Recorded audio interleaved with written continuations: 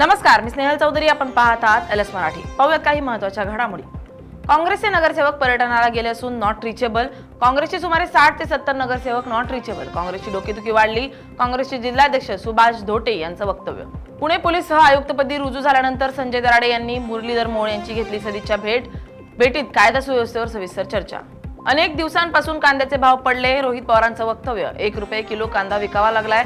शेतकऱ्यांनी काय करायचं? रोहित पवारांचा सवाल. कारागृहात बंडू आंदेकरला कोणालाही भेटता येणार नाही. बंडू आंदेकरच्या भेटीगाठीवर पोलिसांनी केली बंदी.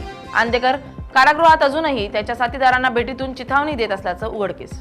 नीट पेपरफुटी प्रकरणाच्या तपासाला वेग. लातूरमध्ये आणखी एका डॉक्टरची चौकशी. आतापर्यंत सीबीआयच्या पथकाकडून 4 डॉक्टरांची तपासणी. बीड जिल्हा पोलीस दलात मोठी खांदेपालट. अर्ज मागणीनुसार 32 बदल्या. महत्वाच्या ठाण्यानं नवे ठाणे प्रमुख. बीडच्या गोदावरी नदी पात्रात वाळू केणीवर काम करताना तरुण पाण्यात बुडून बेपत्ता.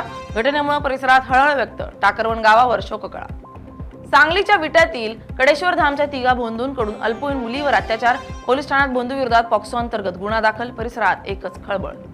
रायगडच्या आंबेनळी घाटात कार दळीत कोसळल्यानं 8 मित्रांचा मृत्यू. मित्रांच्या मृत्यूपूर्वीचा व्हिडिओ सोशल मीडियावर व्हायरल. नागरिकांकडून हळहळ व्यक्त. साताऱ्यात आणखी 6 जणांच्या गाडीचा अपघात. अपघातात एकाच कुटुंबातील 6 जण गंभीर जखमी. कुटुंब कोल्हापूरच्या शाहूवाडी येथील असल्याची माहिती. या होत्या काही महत्त्वाच्या घडामोडी. पाहत रहा एलएस मराठी, सत्याची नवी दिशा.